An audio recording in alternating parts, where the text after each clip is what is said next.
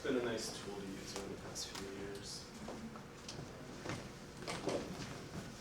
And it's something I've been using in my work, which is kind of cool to see how that unfolds. So maybe I'll talk about that a little later. All right, so thanks for coming out and having me here.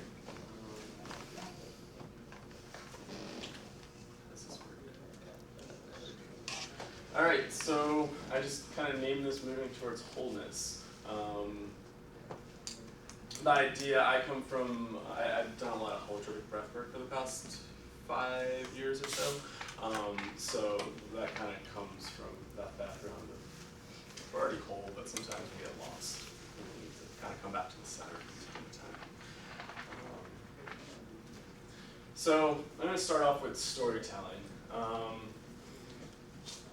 We're here. I think there's a really therapeutic value of telling our stories and sharing it.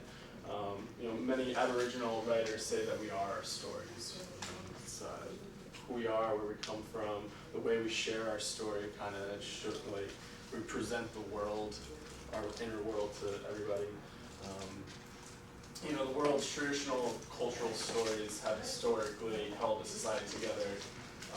They orient the people about what they think, feel, and believe. Sitting around and just sharing stories and being casual, and you can learn a lot from that instead of, being really like, this is what it is. My one teacher is just has coyote energy in him, so he's very tricky, and I kind of embody a little bit of trickster, I think, as well. And he always talks about humor, and I kind of come from that background. Sometimes we get really uptight, and it's good to just have fun. It doesn't have to be a serious thing. Have fun with it, I think that's like storytelling is about, coming together and just sharing our experiences, having fun, hopefully using a little bit of humor. So I come from a background of studying from, not directly from Stan, but I found some teachers that are kind of lineage of Stan. So I went to school at Burlington College up in Vermont, and I studied transpersonal psychology. And part of my grounding was through Stan's work, which I'll probably get into a little later. But Stan's probably had a big role here at the school, so I don't know if everybody knows of him. If you don't, he's a Czechoslovakian American psychiatrist, co-founder of the transpersonal psychology field, and he's a pioneer researcher in holotropic states of consciousness. Had clinical uses with psychedelic substances, helping treat people through mental illness and different things like that back in the 50s and 60s. And he developed holotropic breathwork with his wife Christina, which happened at Esalen. So some of the things I talk about, I'll sometimes will refer to some of his work. So just throwing this out pretty early on, that a lot of the stuff that I'll end up maybe talking about is, I have a lot of quotes from Stan and stuff like that, so he's been kind of a grounding force in my life. So we'll just kind of, I think for the first part, just kind of exploring like what spiritual emergencies are, or extraordinary experiences. We'll go through like a little brief history, what is a spiritual experience, and then I just kind of like how Groff categorizes like holotropic states of consciousness versus some of the other terminology, and then the varieties of experiences, and then I'm just going to get more into the storytelling and talk about personal experiences. And I don't know how, you guys seem to have this group formed a little bit, and you guys might know what spiritual emergencies and stuff are. So I feel like the real meat of this is the personal experience, and not really trying to chew through some of this is what it is. So, a brief history. We've been experiencing things for a very long time. And so when I think of, extraordinary experiences and spiritual emergencies, and they've been around for a while. A lot of shamans, priests, religious leaders, mystics throughout the ages have been experiencing these experiences. And they were always, maybe not always, but most of the time honored and supported because they were part of the development of cosmologies, philosophies, religions, even with medicines, trying to figure out how medicines work and which plants to maybe use, seeing what's wrong with the person, going into, the shaman going into the spirit realm and coming back with information. In our culture, we probably pathologize them as schizophrenic. You're talking to spirits, and it's really interesting. Some of these medicines get developed, and it's like, well, how'd you learn that? It's like, the plants told me. And I always think like something really interesting, like ayahuasca. Like, how did that come to me? I mean, down in the Amazon, there's like how many plants down there? It's like a 1 billionth chance of getting these combinations right. And what's the story behind that? I think there's different stories. Some say that the plants talk to them. I went to a conference in Oakland, and Kat Harrison was there, and she was giving her talk on ayahuasca, and her story, I forget where it came from, but she's really into the folklore plant medicines, and so she said that a white dove, I believe, came down from the Andes and into the jungle and said that they taught the shaman how to make this medicine because people needed to remember where they came from, and this medicine would help people remember where they come from. In our culture, what the hell are you talking about? Bird coming down teaching stuff, where's that coming from? So I think it's kind of interesting to see the shift of maybe where a lot of our ancestors might have been. I always come back to, we're indigenous somewhere. Even Greek culture, Western European culture, you go back into the Greek, they had some sort of, plant medicine stuff and experimenting with different rites of passages, the Eleusinian mysteries that we really don't know too much about.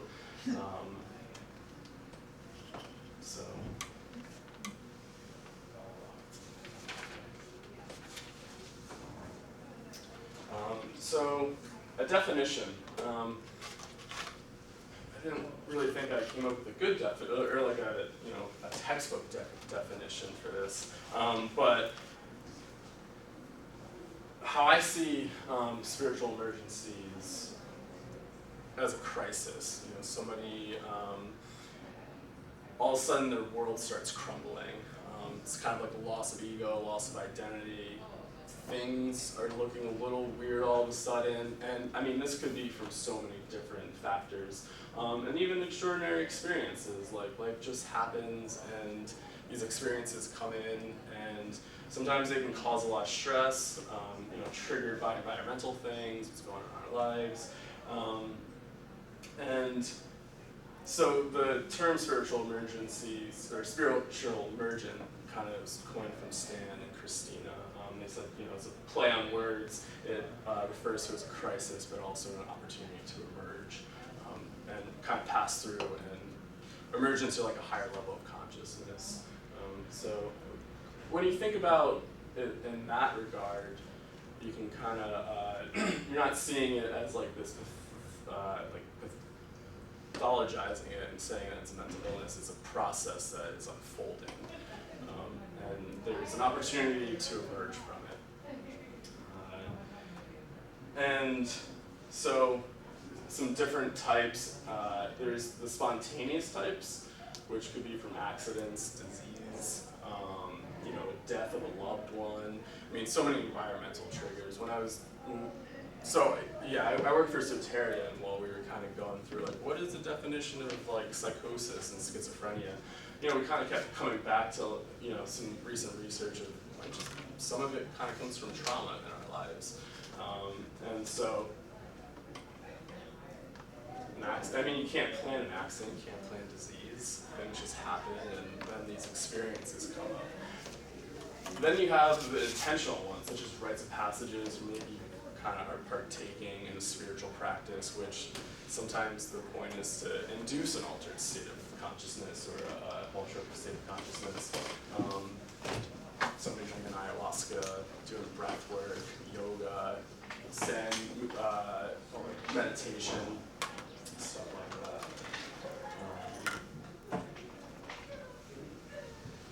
that. I like this quote from Stan. He said, "One of the most important implications of the research of holotropic states is the realization that many of the conditions which are currently diagnosed as psychotic, treated by suppressive medications, are actually typical stages of a radical personality transformation, of a spiritual opening. If they are correctly understood and supported, these psycho-spiritual crises can be the result in emotional, psychosomatic healing and remarkable psychological changes and consciousness evolution." So I think it's interesting to look at it this way instead of saying, there's something wrong with you.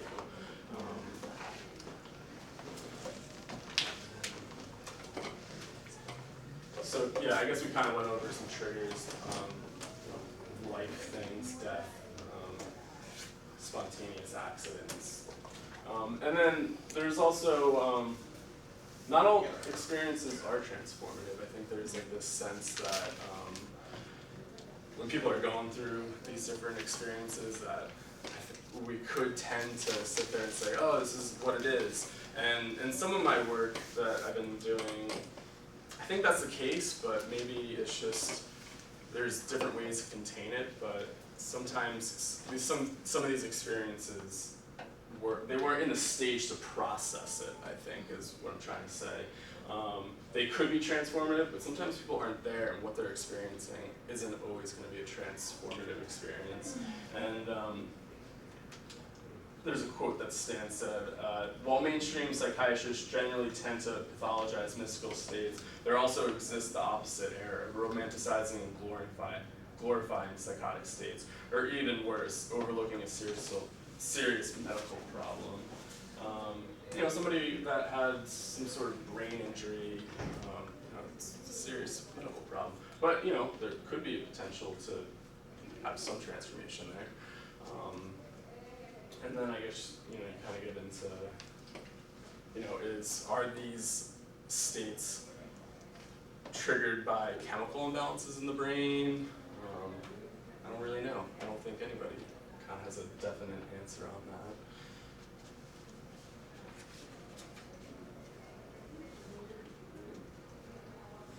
So the variety of experiences. So you have a shamanic crisis and illness in the shamanic and indigenous cultures. When somebody's called to come forward to do work, sometimes they will become sick. They kind of wrestle with death in a way, and then they'll have these big spiritual experiences. Sometimes, typically, it's the world's eating them, dismantling them, and then they have to go through this death and rebirth process of putting themselves back together again. And they're typically called the wounded healers. And so I think with any life trigger could trigger any of these type of experiences. Kundalini awakening, I think people kind of just associate that with yoga, but I think that could come from doing breath work and just doing different practices, or it could just happen spontaneously. Past life experiences, near-death experiences, episodes of unitive consciousness, psychic openings, possession states or experiences with paranormal, psychological renewal through the return to the center, which I believe is through Perry's work, John Ware Perry. And then UFO encounters, abductions, channeling, or communication with spirit guides. And then you have experiences with drug addiction, alcoholism. So it's interesting to look at this and kind of categorize experiences. And there's definitely been times in some of my work I've seen almost like what's possession state, and which might not be a Kundalini awakening from that shamanic perspective. Maybe somebody has this entity around them. So we're just kind of looking at the different varieties. Kind of gives you, a guideline on maybe how to work with it. I think there's different ways to work with some of these different crises that happen to people. Yeah. Even though like possession state, you may not see, you might think it's kind of mutually exclusive from the Kundalini process. My experience is that in the Kundalini process, your aura is very porous, and so you're kind of, it might not be like possession per se, but you get a lot of energy in your space that's not yours. Good and bad. Good and bad. Yeah. Yeah, it just kind of comes in and you're soaking things up. I had a teacher tell me, that stuff started happening to me, and they always kind of told me, be like a hollow bone, or be like a hollow reed. Try to let it pass through you. I mean, but that's a lot harder said than done. It is very but you've got this crazy ass energy in your space. But I don't know, when you're opening yourself up and you're raw, I mean, it's how do you just sit there and ground yourself? But it was a nice image to think about, like when some of this stuff started coming at me, I'm like, all right, how do I just let it pass through me? Really hard.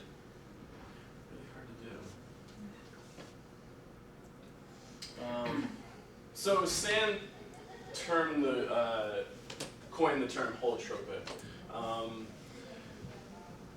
which comes from holos meaning whole, and the Greek word tropine, I believe is it. Moving towards, turning towards. So it literally translates to moving towards wholeness or turning towards wholeness.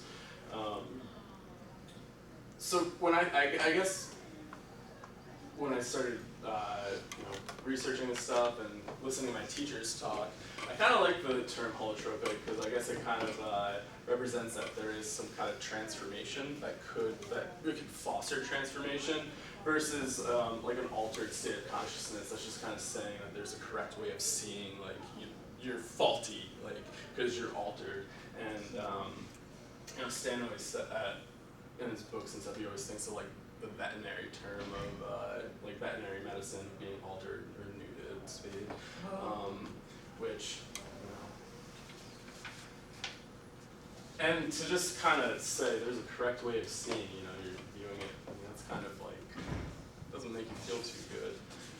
Non-ordinary state, which I typically use, but I think it also is a pretty broad term as well. You could have a non-ordinary state from having a fever, which could bring on some sort of transformational experience. I mean, go back to the shamanic illness. Somebody has a high fever and then has visions. That could definitely happen, and I think that could also be a holotropic. But non-ordinary, just vast. It could be from infection, fever, cerebral traumas. It could be from intoxication of drugs. Which I guess some drugs could have a transformative approach. But I like the term holotropic because it talks about trying to move, using these states and trying to move towards something. It's kind of hinting towards some sort of transformation.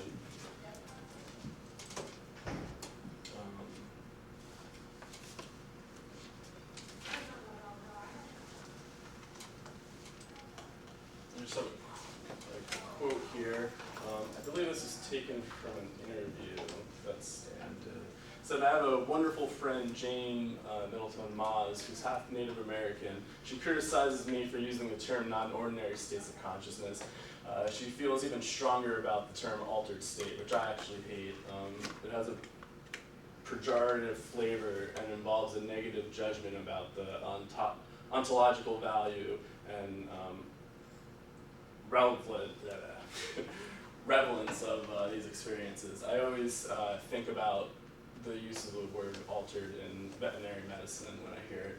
It suggests that there's a normal way of experiencing ourselves and the world, and that is outside of the range and is a product of mental disease caused by some unknown pathological process in the brain, yet to be identified with the monastic material science. Jane keeps telling me, Stan, I don't understand why you use the term non-ordinary states. For my people, these experiences are part of the normal spectrum of human experience. So as you see, I get criticized from both sides. On one hand, to be eccentric and exotic, and from the other to be too conservative. So I think that kind of sums up it well for maybe why he coined these terms, holotropic states. So I guess this is the real meat of why my chat here is to kind of talk about some of my own experiences, and how I got into all this stuff and how I've worked with it, how I've tried to integrate it into my life.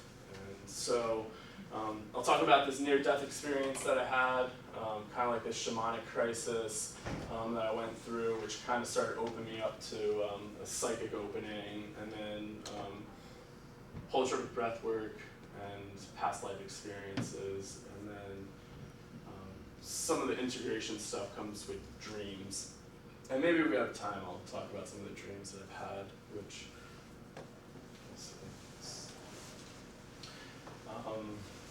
so when I was a freshman, I think I'm going to sit down as I start talking about some of this stuff. Get more comfortable. So when I was a freshman in high school, I think it was 2002, I came across this book, Snowboarding to Nirvana. I just recently got into snowboarding. I fell in love with it. I was a swimmer my whole life, and I didn't want to swim anymore. All I wanted to do was snowboard. And so I picked up this book freshman year. We had to do a book report, and it was about this guy that went over to the Himalayas and bumped into this Tibetan monk, and he brought him in to teach him transcendental meditation. And through the book, there was some practices, and I started doing a little bit of meditating. And I think that was my first introduction to having extraordinary experience. I remember just laying in my bed and seeing colors and different visions of things, and I was like, well, that was pretty cool. And then ironically, about a year later, after I read the book, I always said I snowboarded to Nirvana. So it was New Year's Eve, December 31st, 2003, and so I was a sophomore in high school. It was a year after I read this book, and decided to go snowboarding. I didn't really want to go out and party and do what normal 16-year-old kids do. So I went snowboarding with my brother and his friend. His friend ended up kind of like taking a nasty spill and hit his head. And we sat in the lodge, and I guess I was being selfish. And I was like, we just got here. Come on, I want to go out and do a couple more runs. So I said, we'll do one last run. And if you ever know, that's like the skier and snowboarder's curse. You never plan your last run. So I ended up planning it and said, all right, we'll do this, and then we'll leave. And I think I told the kid Garrett, my brother's friend, you don't have to come. I just want to get one last run in, and then we'll head out, because we've only been there for like an hour or something. And so I grew up in New Jersey, and so I was skiing over in Pennsylvania. It was all kind of like night riding. We didn't really. Sometimes I'd ski during the day, but we always went for the nights. And it was warm during the day. It was New Year's Eve, so the place was packed, busy. People were kicking snow up all over the place. And so by the time it started getting dark and the night skiing started taking off, everything started freezing, and the snow turned into like these little ice pebbles, and it was like kind of fast snow. And so now all of a sudden you have these mounds of snow everywhere because it was warm and people are kind of digging up everything.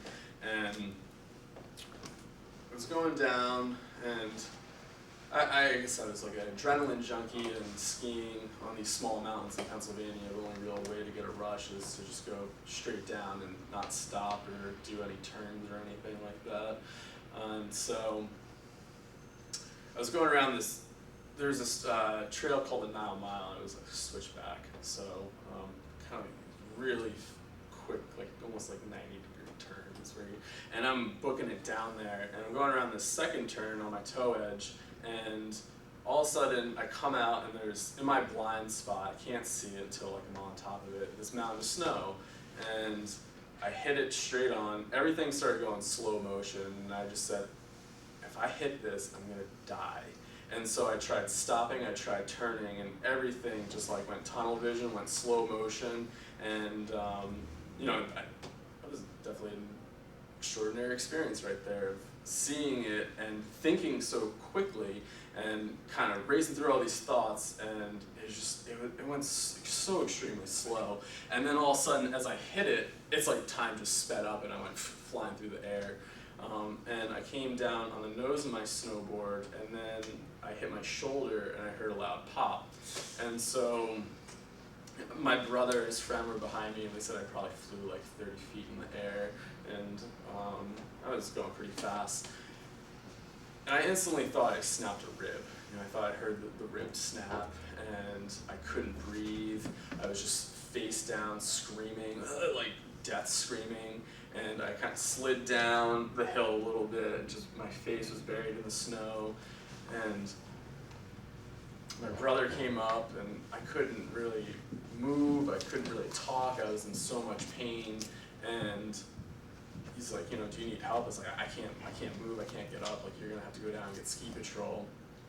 And I'm sitting there screaming after he left, him and his friend Garrett left, and nobody stopped. I'm watching all these kids pass by, the parents pass by, and I'm sitting there, like, I was in so much pain, and not one person stopped. And yeah, it's pretty wild. And the people that did stop were like the punk snowboarders, the ones smoking cigarettes and snowboarding, and they're the ones throwing snowballs at you in the park and saying how much you stink and you're not good. And they were the only ones that stopped for me, and they put their snowboards in front of me and they said, don't worry, like we're gonna help you out. And then they asked me for a lighter so they could smoke a cigarette.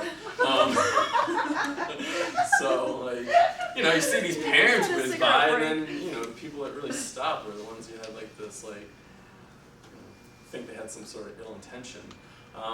And my brother came back probably like, I don't know, half an hour later. And he's like, they're not coming for you. And I was like, what do you mean they're not coming for me? And he's like, I don't know, I told the lifty, and he didn't really do anything or say anything. And I was just like, are you serious? And the kids like picked up their snowboard, they're like, yo, we're gonna go get them, like, don't worry. And then so just a random ski patrol happened to stop by, and so he's like, you need help? I was like, yeah. Just trying to check my pulse and everything, and I'm helping out too. I was like, I got it. Still a little conscious then. And so they brought me down to the ski patrol, and I remember seeing my dad as I rolled up in the like the stretcher, and he just like looked over terrified, and supposedly like before he heard like, he was at the bar and some kid came in and was like, oh man, there's this kid like dying on the Nile Mile, and my dad's like, oh, that sucks for that kid. And then like, a couple minutes later my brother came in and was like, yo, Kyle's not doing too good, he took a spill on the Nile Mile. So then I could roll up, and I just see the fear in his eyes, and that really hit me. I was like, oh man, like my dad's really worried, this must be pretty bad. And so when I got to the first aid station, they were checking my vitals, checking around, and they're like, you look a little pale. Are you usually this pale? And I don't know. Can't see myself. I don't know how pale I look right now. And they're like, your pulse seems a little low. Like, do you normally have a low pulse? Like, I don't think so. They're like, well, your ribs seem fine. There's nothing broken. And I'm like, oh God. And I was never a religious person growing up. Like, I probably stopped going to church when I was 5, maybe. But at that time, I, started praying really hard. I was like, if there is a God out there, please save me. And then, the first aid responder said, we don't think your ribs are fine. Doesn't look like anything external is done. Like, we think you did internal injury, like you have an internal injury. And at that moment, like, I was just like, oh shit, I'm gonna die tonight.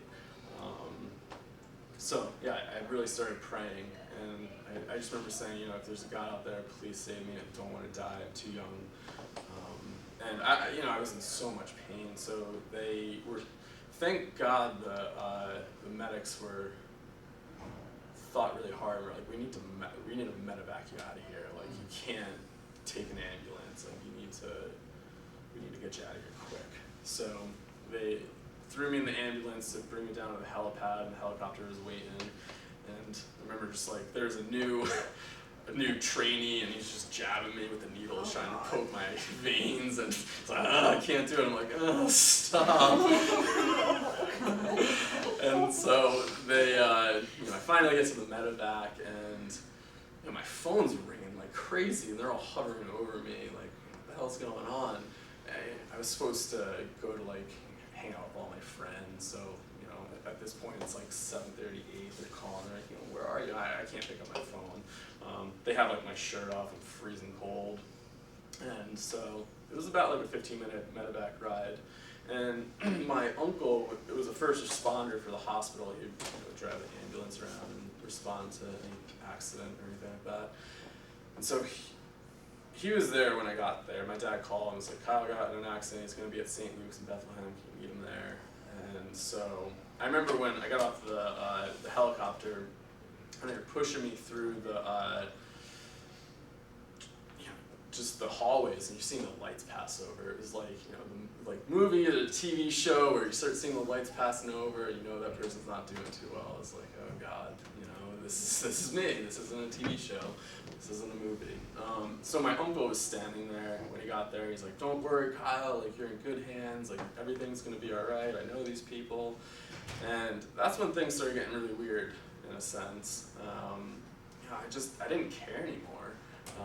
They were like taking my pulse, they were checking my vitals, they were jabbing me with needles, they couldn't get into any of the veins in my upper body, and they were like, took forever to get my snow boots off, I couldn't figure them out, and I was trying to be like really compliant and help them out where I could. I'm like, oh yeah, I'll try and help you out here and there, but I was really out of my body at that point, and I'm hearing the nurse say, I can't get his pulse. He's not having like a deep pulse. I can't get into his veins in his upper body.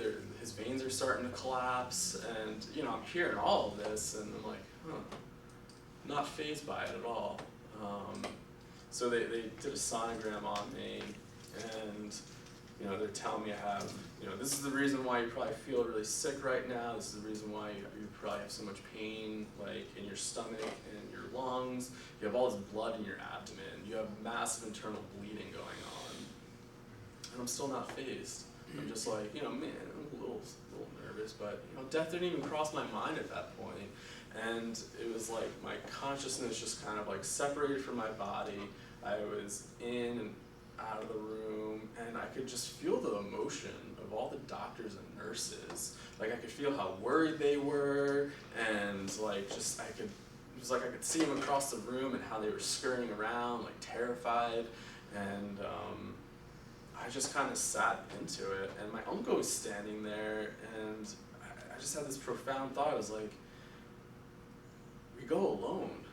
Like, we're on this journey in life by ourselves. Like, we can have all the people around, but at this moment, like, I have to go. Like, I can't take him with me. He's family, but I'm doing this myself. And so they rushed me to the CAT scan machine. Right? We need to get you into the CAT scan machine, like, ASAP. We need to figure out where all this bleeding's coming from. And I remember sitting there and hearing it. They're telling me to breathe. I can't breathe. My chest just feels like it's like crushing, and then I feel like I'm like submerged in a bathtub of ice water, like freezing cold. They have like a bunch of warming blankets over me, trying to get warm, and I just remember sitting there just shivering and shaking, and I just was like, I just wanted to sleep. Like, I don't want to feel like this anymore. Like, and they just kept telling me, don't fall asleep, Kyle. Don't fall asleep. And I just started drifting away. I was like, no, this is really beautiful. Like, I think I am gonna fall asleep. And and then at that moment, I really kind of left my body, and I felt like I was behind the wall where they were taking the X-rays, and I started kind of like, it was a really weird experience. I mean, it's ineffable. I don't really know how to explain it. I was in my body, I was out of my body, I was having all these emotions. I was super calm, and a voice just came over me, and I don't know if it was like how you talk to yourself voice, or if it was like an external voice, but it just said, don't worry, everything's gonna be okay. And it was like this like glowing light bubble that just felt like it surrounded me. It was like, you're going home. I was like, home? They're like, you're going back to the stars, like where we all come from. And I kind of rested and I was like, all right, yeah, I'm going home. And they're like, don't worry, like this is just gonna be a transition. Like this physical life's gonna end, but you're gonna continue on. And so I started resting and I was like, yeah, this is beautiful, man. This is like pure bliss. This is love. And so I really just relaxed into it. And you know, I think the doctors were really freaked out at that point. They were like, don't fall asleep, don't fall asleep. And all I kept thinking about was going home. It's like, I don't know, this feels too good to be true. And I remember up until they wanted to, they got me out and they said, your spleen ruptured, we need to remove it like immediately. And we need to do emergency surgery. And I remember them wheeling me into the ER and it was funny. I remember the last words was like, should we use an electric razor or straight razor to like shave my chest or my stomach or whatever? And then they were telling me like, you know, they were gonna give me anesthesia. And at that point, I just blacked out. And then I woke up. I was rolling through the hallway and I remember just waking up and just shivering. And then it was like, I took the biggest breath of air and I went, and it was like my soul came back in my body. Whoa. And I started shaking and convulsing. And in that split second, I could hear, he's awake and he's cold. And then I just passed out and woke up in the ER. Or I woke up in the ICU unit. And my family just standing all around me, like my dad, my mom, I think my brothers were there, my aunts, my uncles. And they were all terrified. You just see how sad and how scared they were. And I just remember saying, is it New Year's Eve still? They're like, yeah. I was like, what time is it? Did the ball drop? No, it's just 9:30 still. I was like, 9:30? Because I remember it was like 7 o'clock, like it was around 7 or 7:30 when this stuff happened. I was like, oh, green tea. I need green tea. And the nurse was standing there, she's like, you can't have green tea, Kyle, like you can only have ice chips. And I was like, ugh. I passed out. I didn't wake up until the morning. That news was terrifying. No green tea. No green tea. So, let's see what's going on here. So yeah, near-death experience. So physiologically, I ruptured my spleen, I had internal bleeding, I lost about 5.5 pints of blood. So that's like about more than half your body. I think depending how big you are, you have around 8 to 12 pints of blood in your body. So yeah, that explains why it was so cold and they couldn't tap into my veins and why they started collapsing. And the doctors were like really shocked that I was alive still, because they said like normally at like 4 people start going.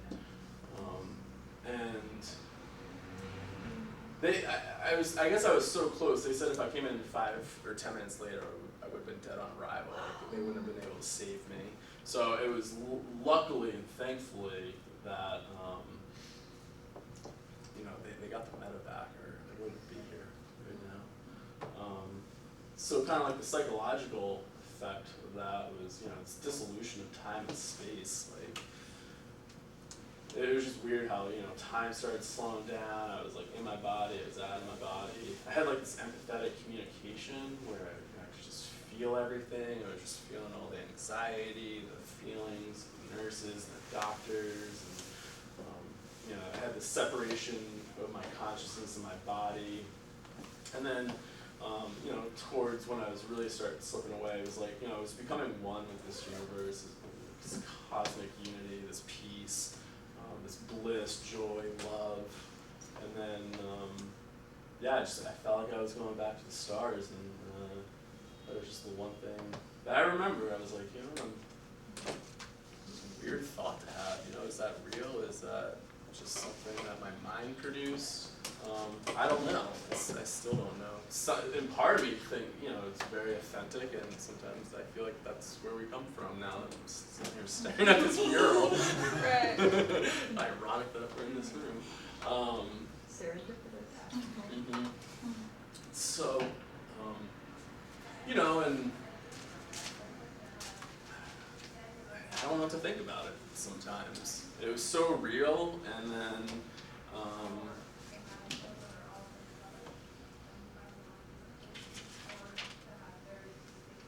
yeah. So going out and coming back. So yeah, I kind of just talked about this. I felt a lot of bliss, happiness, joy. I felt, super grateful that I was alive afterwards. That was definitely an immediate effect. I loved everything. It was like, oh my God, I'm here still. This is great. There was definitely a lot of confusion. I had no idea what the hell happened. One moment I'm going to stars, next minute I'm in the ICU unit, and I'm confused why I'm still alive.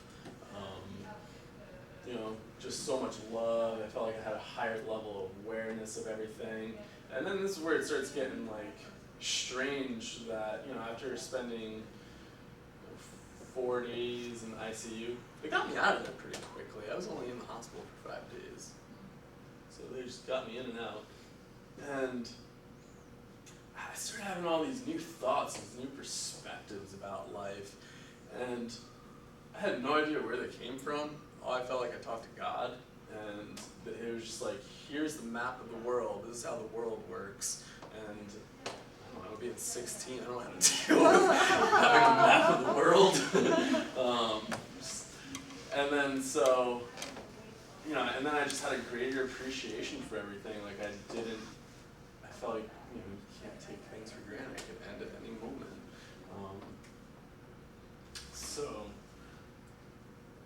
And then reality hits. You go back to school. I remember going back and somebody punching me in the stomach.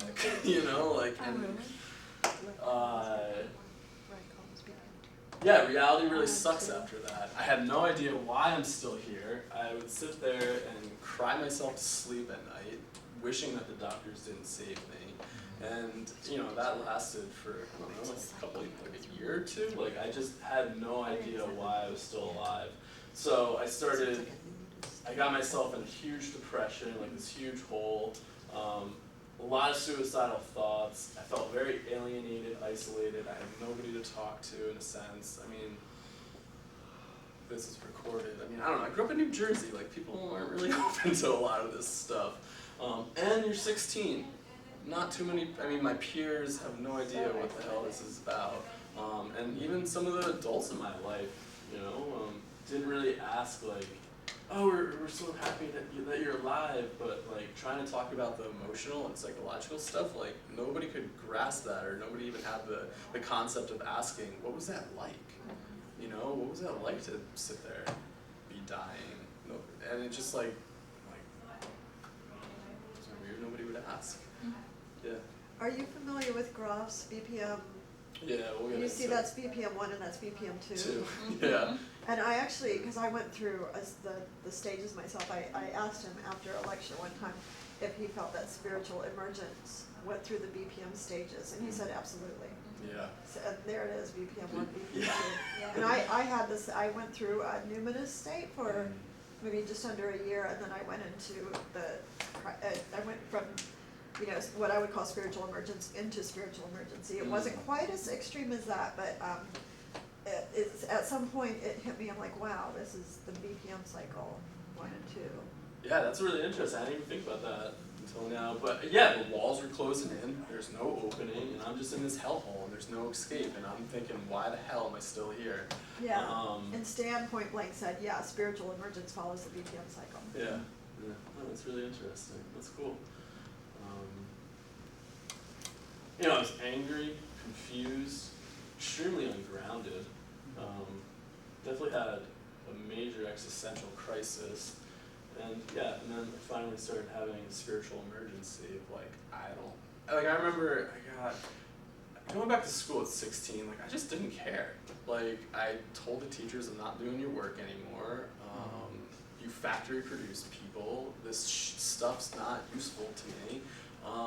And I'm not going to do your work. And it showed that somehow, I don't know, maybe I just retained information pretty well, but I aced everything, and I was I'm not doing your work. And they get so pissed at me, they're like, do your homework. I'm like, I'm not doing it. I'm not wasting my time to do this stuff. Like, I just almost lost my life. Like, I'm not going to sit around and be like, hey, I need to do this stuff now.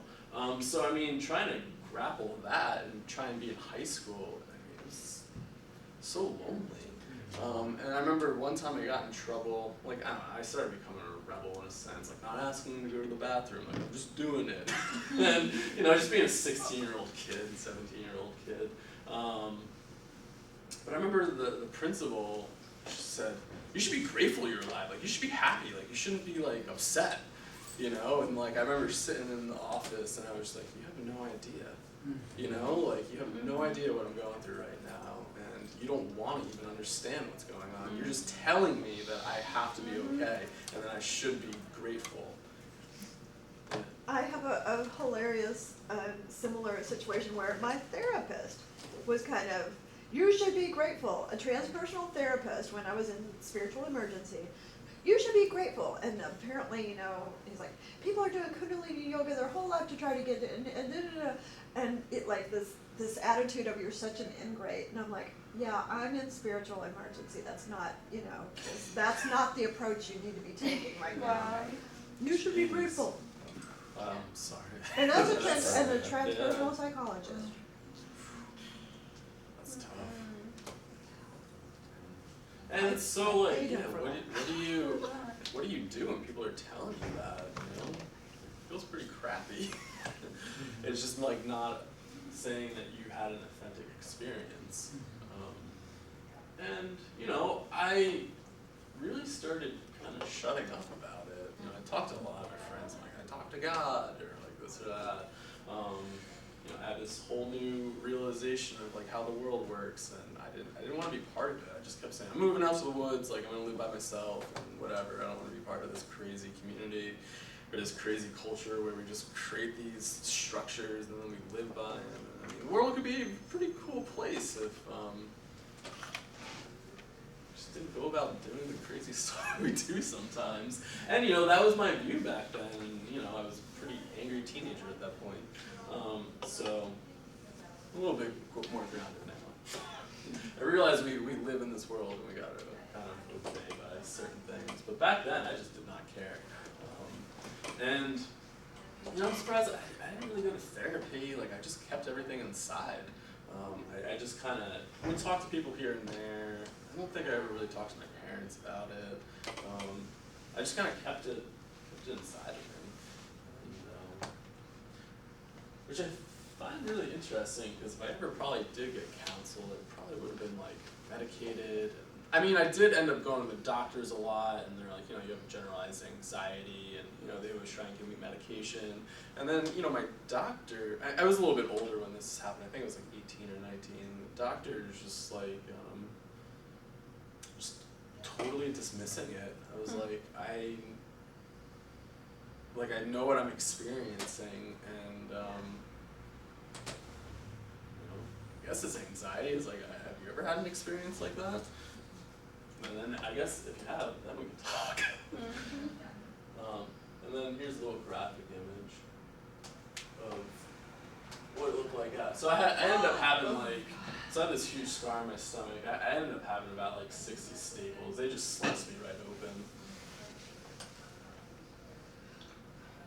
So that was kind of like my first, well, I shouldn't say my first. I had some pretty wild experiences when I was a little kid.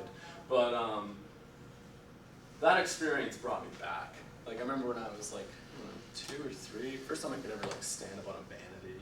I remember peering into my eyes, and like I got so deep into the like staring at my own eyes. I just saw like this blackness, and I felt like I was in a place where it was before I was born, and I could feel that cosmic unity in a sense. I didn't have the words for it back then, but that's what it felt like. And I just remember saying, I could have picked any body, but I chose this body. It could have been male, it could have been female, but I chose this body.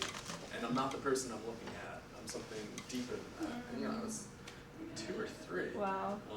It's a pretty weird experience, I think. I think the younger we are, the more we remember. Remember, yeah. We're very connected to the spirit world at that time. And you know, I had I remember I was in the hospital. I mean, my memory, I could have just been born, but I mean, I could have been like a year remember my dad holding me and asking, we were at this desk at the hospital and he was trying to get eardrops for me, or eye drops. I mean, how does a 1-year-old or, you know, something like that just know that? Like, I even asked my mom later on, I was like, did I ever have to get like eye drops or eardrops? Like, she's like, yeah, I didn't know that. I was like, what? I remember being held and I remember them talking about it. So then, I mean, I think about like, do you understand language as a little kid too? I don't know, it was a really interesting experience. And then my mom's like, yeah, it's weird that you would remember that. So, you know, sometimes I always think we are really in tune with that world at a young age. And as we build our egos up, we build our identity up, and we have to live in this world, we forget about it very quickly. And this experience kind of just brought me back to it. It reopened the door. And I didn't know how to deal with it. So like I said, I fell into a depression.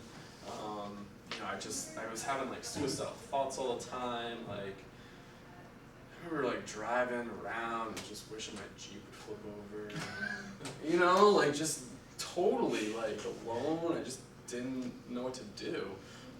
And there's a sense, I think I was just like afraid to talk to people too, because everybody told me like it wasn't very, you know, like nobody could hold the space to talk about really deep stuff, because I think that freaks people out. Like you want to start talking about life and going down the rabbit hole.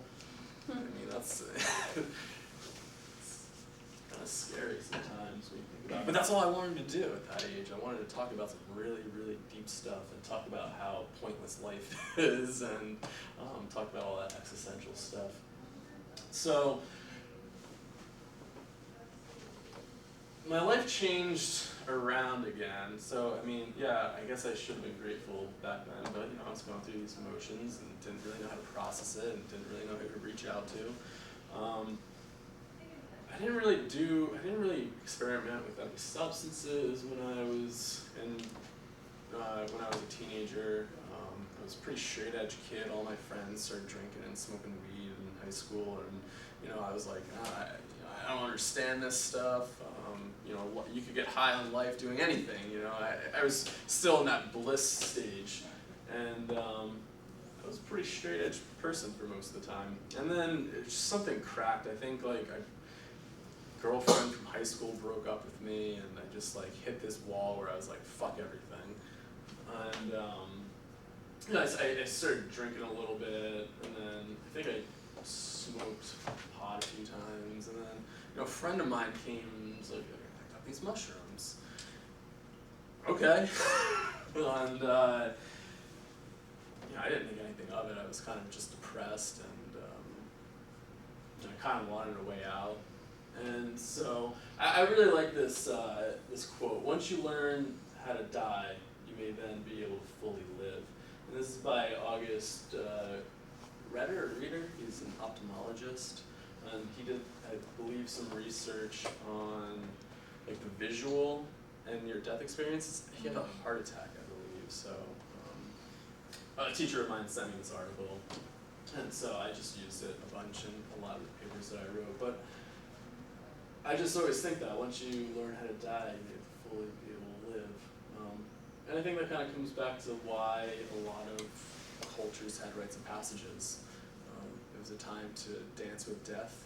And so my one teacher, when I finally came up to college, he was like, you know, this is sad, you know, like if you lived in a traditional culture, the elders would have stepped in, they would have ripped you out of school and taught you the things you needed to learn. But unfortunately, you don't live in that culture, and you didn't have any elders around to help you. And so, you know, in that whole context of elders stepping in, I mean, yeah, they would come in and give you rites of passage to move through stuff and induce a holotropic state or non-ordinary state through all sorts of different means. And I just didn't have it. And so when I do work with kids, I really think about that. I'm really interested in rites of passages, and I mean, I worked in a crisis stabilization program. You know, kids are cutting all the time. When they try to either commit suicide or have an attempt, they go to the ER and then they get referred to us, and then we're a crisis stabilization program. So then, you know, we're just trying to give them coping skills. But I'm viewing it in a totally different way of like, this is the perfect time, prime time for people to start experimenting with altered states in a sense. This is usually a time when rites of passages were put forth, and it was a time to help you kind of move through a lot of that emotional stuff. So I think like our relationship with death really shows like why we live in the culture we do, because sometimes I think like we're terrified of death, and even when I talk about it and say how beautiful it was, people get like really weirded out sometimes, depending on the audience, sometimes. But the audience that I was preaching to for a while, and it didn't seem like they were, because what happens after death? I don't think we really know, and I don't really know. I guess I'm going back to the stars, but it's a feeling. I don't know for sure. So, I think I was like 20. I think I was 20. My friend, had these mushrooms, and it's mushrooms. And so we went on a hike, and I really had no idea what I was getting myself into. And I ate them. I think I ate about like 2 grams. And I'm walking through the woods, and they start kicking in, and I'm starting to watch my legs start dislocating, and I'm like, oh God, this. I don't know if I really wanted to sign up for this. This is kind of terrifying. And so I watched my friend puke his up, and having a really hard time keeping it together. My mind's going crazy and racing, and getting really freaked out. I think I'm dying. And I'm walking down this trail. We went in this park, and it was like I don't know how none of these bikers passed by us, but it was usually a park where mountain bikers go. And I found this rock, this tiny little rock in this narrow trail, and I said, that's where I'm going to die. So I just sat down on this tiny little rock in the middle of the trail, and I really thought I was dying. I was like, this is such a familiar feeling. I've been here before, and I'm terrified. And so I curled up in a ball, and all of a sudden the world just had all these teeth, and it just consumed me. And I didn't know who I was anymore. I didn't know my name. I didn't know what I did for a job. I didn't really know anything about me. Kyle kind of just disappeared. And so I started having an out-of-body experience as well, and I started traveling through the cosmos again, and I came back and appeared inside of me. And then, this is a really weird thing to say, but I met these kind of entities. And so, as I got here and said, I feel like I've been here before. Yeah, more or less so. And I was like, they're about 1,000 times before. And I was like, yeah, it seems really familiar. And I said, are you the ones, is this where I went when I died that one night? Or almost died? And they're like, more or less so. And I'm like, I want an answer, And said, you're the people I talked to. You're the one that put all these thoughts in my head after I woke up. And more or less so. I'm like, oh God. But I had this conversation with these things, and I felt like that's kind of like where I went when I was having this experience of dying. And so it was freaked me out. And my friend was, I don't know how, to this day I'm always like, I don't know how you knew how to say this stuff. This is like pure magic. He just looks, he's like, just breathe, man. So I take in this huge breath of air and let it out, and I felt like I was reborn at that time. I was like, oh my God, I'm alive. And he's like, just play. I'm like, play? What does that mean? And then it was really interesting. I look at him like, dude, I just talked to these entities, like these elves. And he's like, man, you're tripping really hard. But, I tell this story because it completely changed my life around. I went from being suicidal, depressed, I wanted to kill myself every night, to, wow, I want to go to school, I want to start living again. I'm so thankful that I'm alive right now, and this is a beautiful world that we live in.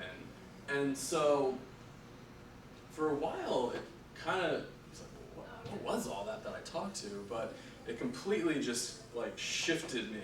And you know, I'm not saying this, everybody should go experiment, but you know, it was an accidental thing that I didn't think I was gonna do, and I didn't set like an intention for it, and I just did it. And you know, it had just a remarkable influence on my life. So you know, so I started doing some more research. I'm like, I gotta know what this is about. So I stumbled across this guy, Terrence McKenna, somehow, and he's talking about the self-transforming machine elves. And I'm like, oh my God, somebody else has seen these things too! Oh my God! How does somebody know about these? Wow. And then I started doing more research, and everybody's talking about them in this psychedelic field, and I'm like, wait, so this is a real thing. I just didn't like make this up, you know? And it blew my mind. So, made me feel a little bit better about it, to know other people have been there. So, one day I was at a bookstore, and I came across this book called DMT, the Spirit Molecule. Oh, yeah. And it said, like, you know, DMT, the Spirit Molecule, some of the near-death experiences, like, alright, I'm picking this up. You know, I did a little bit of research on near-death experiences, and it's like, you know, physiological reflexes of the brain, chemical imbalances, like what you're experiencing isn't real, maybe it's like, you know, lack of oxygen, and your brain's doing all this crazy stuff. And, you know, none of those theories really resonated with me. It's all pathology. It's all pathologized. It's like, no, what I experienced that night was so real that I can't. Do you have a question? Yeah, just one of the best answers I heard to that was, none of that stuff inside your TV set is really there. It's Right. all just meaningless. Right. And where does it come from? I mean, you're not going to tear the TV apart and find out where the stream's coming from. So I came across, you know, this book, The Spirit Molecule. A doctor's revolutionary research into the biology of near-death experience and mystical experiences. And so, man, I chewed through that book and I was like, this stuff's cool. And you know what I found out, you know, I got to meet Rick for a little bit, and he had when they made the movie, they had a preview at Cosm, which was Alex Gray's little thing up in upstate New York, and I went down. What movie? DMT, the Spirit I Molecule. remember the movie. Yeah, I forget when I saw that. It was I think 2010 it came out. Oh. And Is that on YouTube? it might be. Netflix. It's on Netflix. Yeah, you can definitely find it.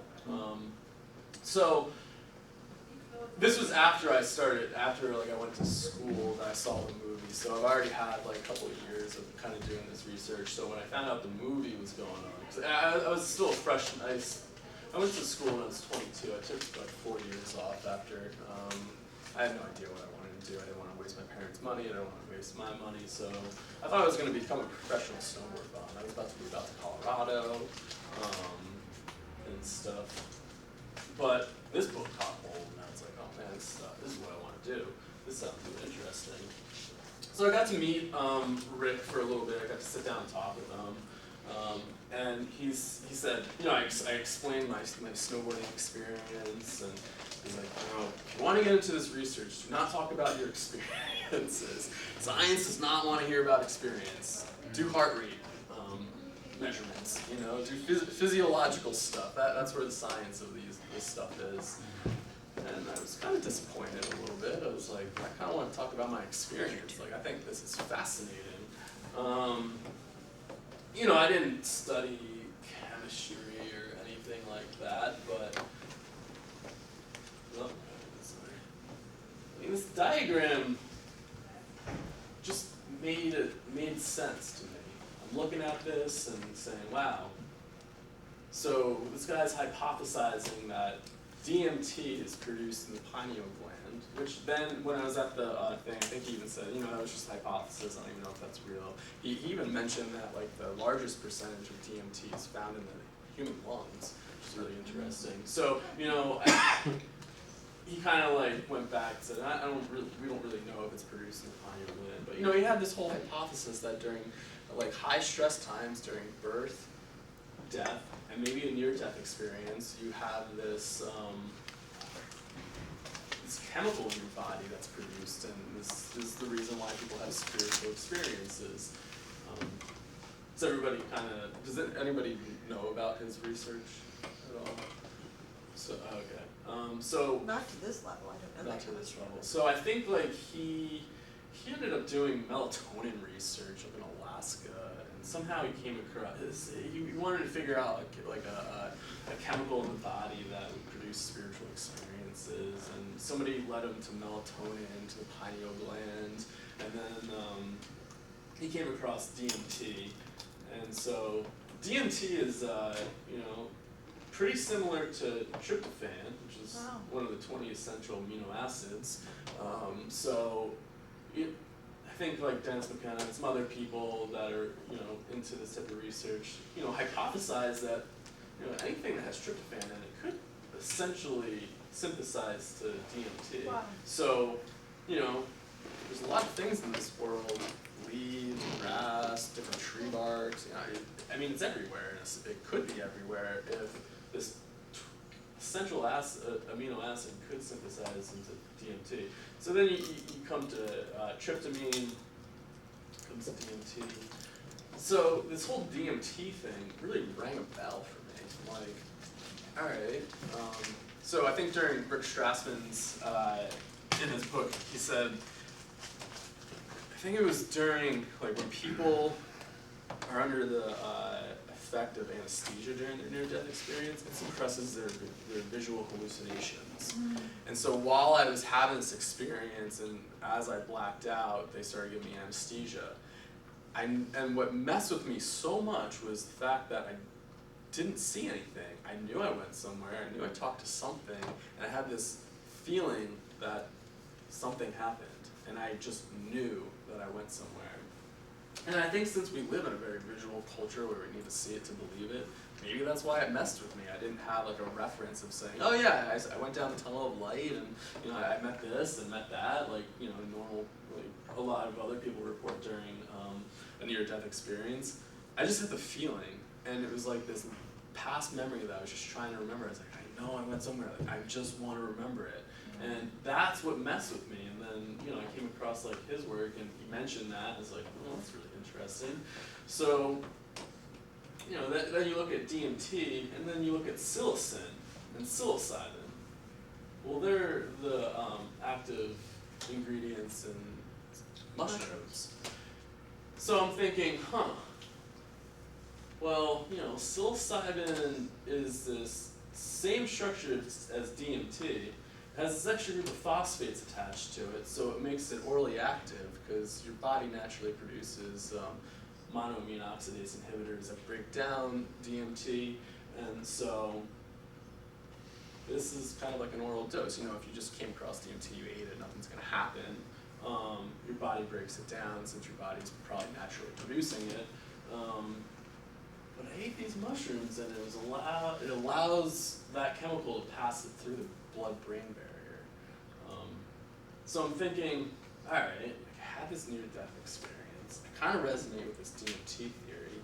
And I just ate these mushrooms that gave me a death experience, and it seems so similar. There's something there. There's a parallel between these two experiences, and it got me so interested. I said, whoa, like, I'm onto something. But, I'm not too familiar with chemistry and how all this stuff actually works, but it just fascinated me because I could believe in a chemical model if that's the chemical model because of my experience.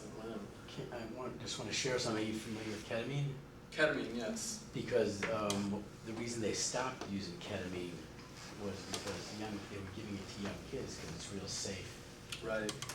And they were reporting after they would be in the recovery room all these experiences they didn't want to, the surgeons didn't want to deal with this, so they stopped using ketamine, gave it to the vets, the veterinarians, Yeah. and because kids were having experiences with the kettle art, I remember reading an article, it might have been by Strassman, I'm not sure, I don't remember, but it was that they found because people, when they were wheeling them into the emergency room, and they would be able to revive them if their heart stopped. This was a new thing, lasted 30 years, and if the heart stopped, it released catalyr in the brain, and they would find catalyr in their bloodstream. Interesting. And it's a similar molecule, and I'm sure it's a little different, you know, but. Yeah, and they use that for like depression, and people talk about going down this, cave hole and stuff like But that. we use the catalyr a lot as a third medicine in shamanic stuff, and the catalyr, what it does, it doesn't compromise any of your vitals. And what it does, it just, but it has a little anesthetic, so it's kind of a dissociative, but your imagination is fine. It doesn't block out the experience when you're moving. Huh, interesting. So, Very, very interesting. I haven't done too much research into ketamine. that's the only one that I see missing there. That's like that's the cleanup hitter is the ketamine. The fourth one. Does it have a tryptamine structure? You know, I'm not a chemist, but it the catalyr, like I know Strassman talks about DMT in the tissues of the body, and it's also catalyr was found to exist at the moment the heart stops, the brain releases it, so it's almost like a lubricant to help you move. Transition. Yeah. It might be like a deep painkiller, or transmission kind of, who knows. Yeah, really interesting. Yeah, I go back and forth between like chemical models, but after having that experience, I mean, there is something to your chemistry, but I think maybe it's how we view it. Like sometimes when I think about this, I mean, maybe certain chemicals are more like a vehicle, and they can just help you have an experience, not necessarily. Yeah, I don't know. It's interesting. More research needs to be done. Yeah, exactly. Exactly. Right, and Kyle, and like you were saying, there's a difference between saying this is the way that it happens chemically, and saying it's just a chemical in the brain. Right. Like those two things, it's like the means, the mode, the way that it's happening, we can understand that on a physical level, but that doesn't diminish the other experiential, like you said, ontological experience of it. Yeah. Because I think it's really important to understand how things work, but I don't think that, I think the problem is when people say, oh, it's a chemical imbalance or a chemical cause, the etiology, as opposed to it being something that's actually experienced like holistically. Yeah. People like experimental design better than correlation, it seems, doesn't it?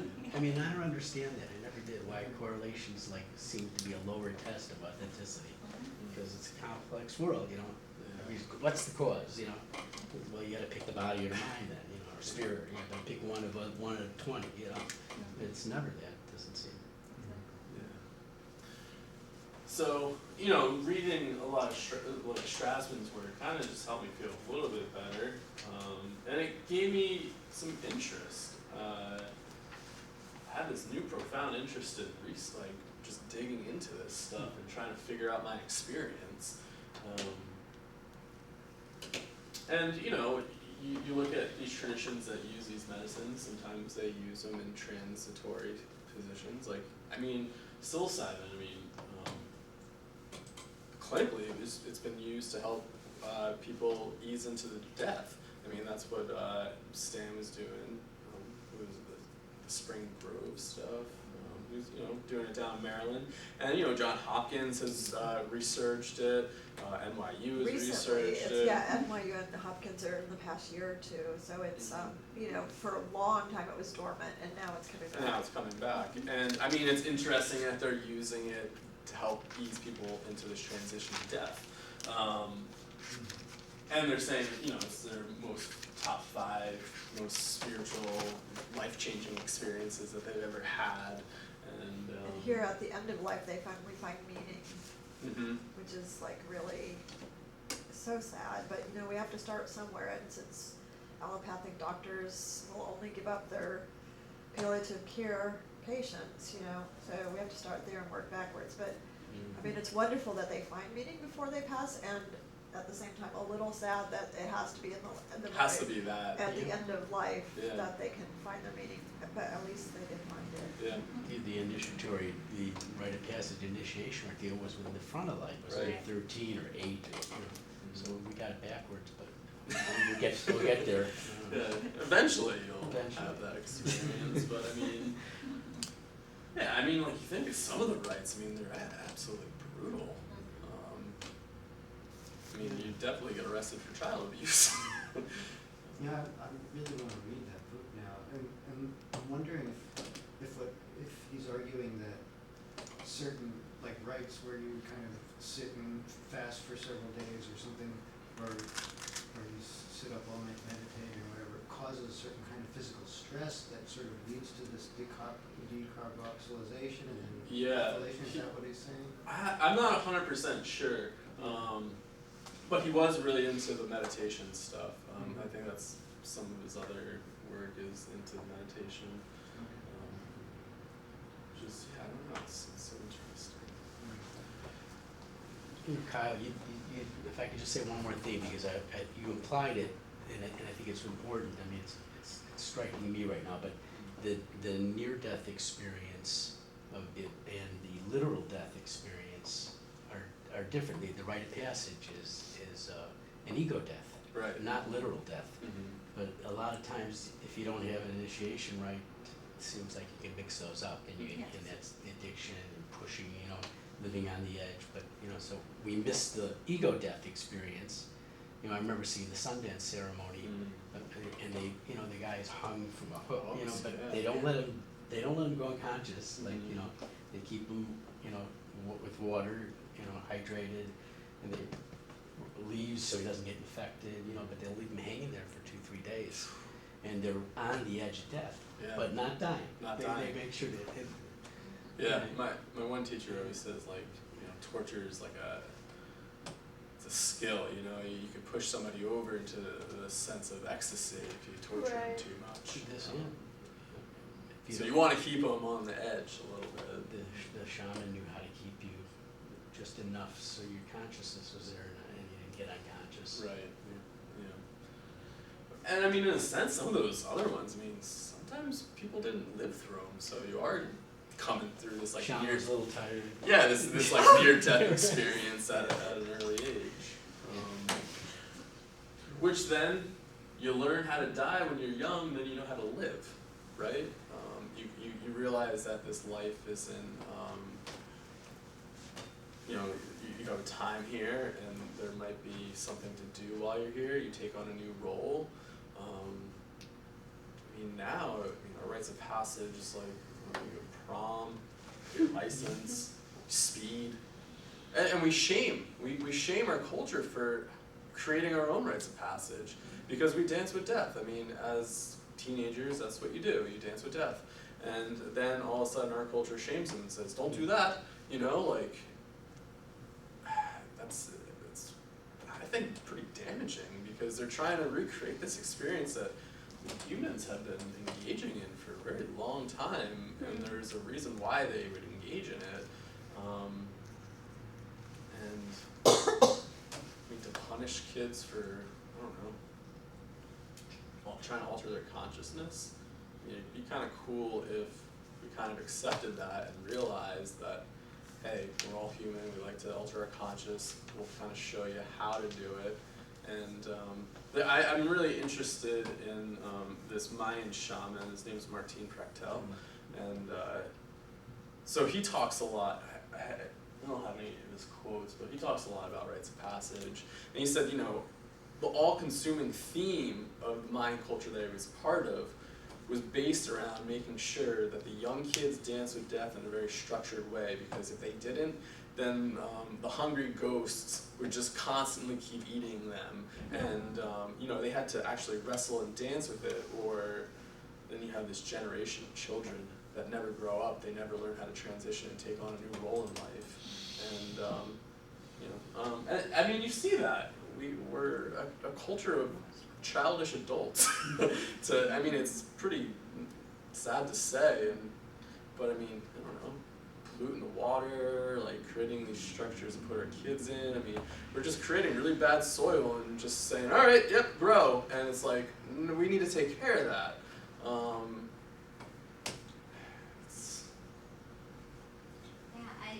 I think it's really interesting to think about these missing rituals and rites of passage in our life. Because like for me with my spiritual emergency experiences, out of them always comes the establishing of a rite of passage for myself. And sometimes it's a really weird rite of passage. Yeah. You know, and you talk about the dance with death. You know, I was at one point dancing with my coat rack, which became which is weird, right? No. But it actually became like the symbol of death for me, and it absorbed all this energy of fear and death, and it became the symbol of death. And I found myself, my boyfriend at the time was like, okay, like just watching as I was dancing with my shadow, with death, as this actual physical object of a coat rack. And then I had a whole journey with this coat rack that my parents gave me, and I had to make it into this whole ritual, and like disassembling the coat rack at one point, taking the coats off the coat rack, sending the coat rack back to my parents' home. It's still there, so I still have some unresolved issues. Yeah. But just like these rituals kind of just emerged from me, to kind of put a context and a kind of externalizing of like what had happened with me internally too. So it's just Yeah, I mean, it's almost like we're hardwired to create that stuff, totally. and sound like, you kind of did it in somewhat of a safe way, where a lot of other teenagers that I've seen are overdosing on pills and cutting themselves and trying to like, I mean, it's really scary to actually see that, hanging themselves, and when you think of like these traditional rites, bloodletting was part of that, asphyxiation was part of it, and now you're just seeing it, and then they get shamed for it and in trouble for it. And I think Martine talks about that the elders would step in. The parent can't sit there and help a kid through a rite of passage because they have that parent-child connection. They can't separate that emotional, those emotions. So the elders would step in and say, nope, they have to do it. You've done it, I've done it. And so they would take lead in a lot of rites. And I mean, where are our elders now? We just like put them in nursing homes and keep them drugged up, and we don't listen to them. And so it's like, where are our elders? They're not, and most of them, didn't go through a rite of passage. It's something that we're lacking, and that's a huge topic that I'm really into. I think it's a really important thing. Didn't you mention something way in the beginning about we don't have our indigenous roots here? And I think we all left them somewhere. They're all somewhere, we're all indigenous of somewhere. That's right. Doesn't matter our race, culture, where you come from, we're all indigenous of the earth. At one point, somewhere down your ancestry, you partook in some sort of ritual, and you're part of the earth. So I'm always like really interested in getting in touch with that part, because then you realize not much separates us at that point. Just hanging out here on a vegetated rock, floating through space and time.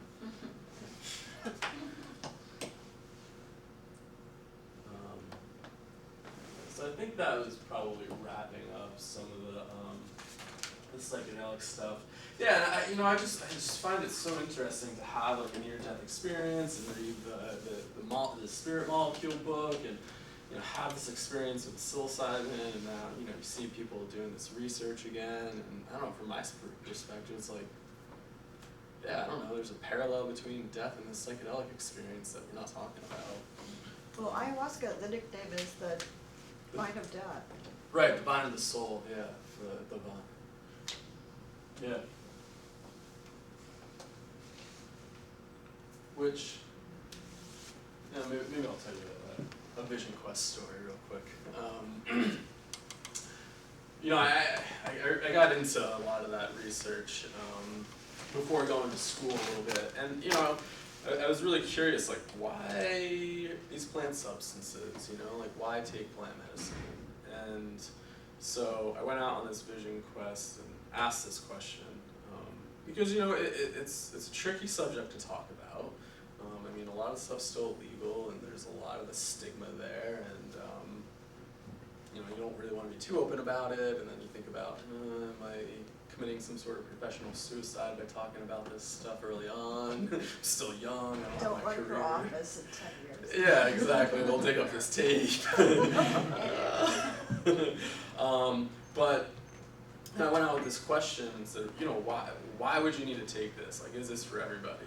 And you know, I had this experience where they said, no, not everybody needs to take it. It's as if you're a spider and you've walked away from the center, and nature has torn holes in your web. And your web is your story. You weaved it together, and as nature came and tore it apart, you forgot to go back to the center.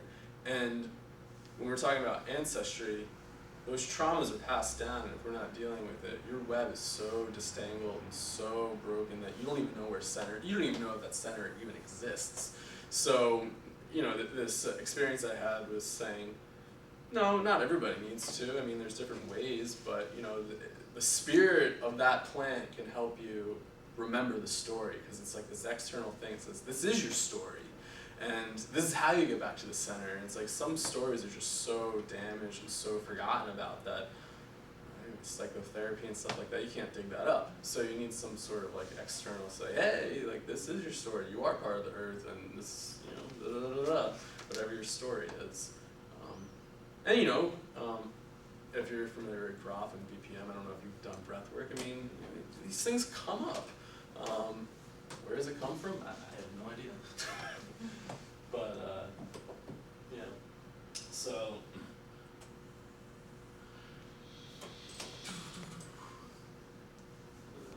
So I ended up going to Burlington College in 2010. I took 4 years off. Didn't know what I wanted to do with my life, as I said before. I was just too confused. But I kept having all these experiences, and I just, after that experience I had with psilocybin, I got really interested in a lot of this stuff.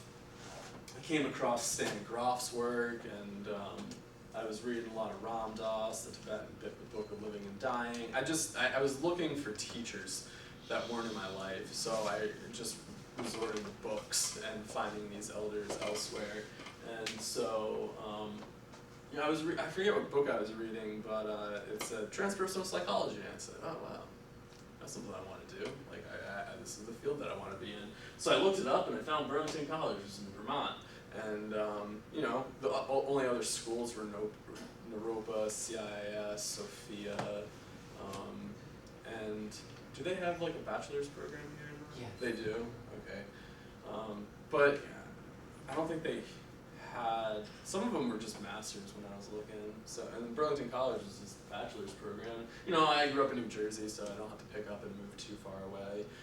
And ironically, I thought I was going to move to Burlington in high school. I went up to look at Champlain College, and then ironically, Burlington College has this transpersonal psychology program.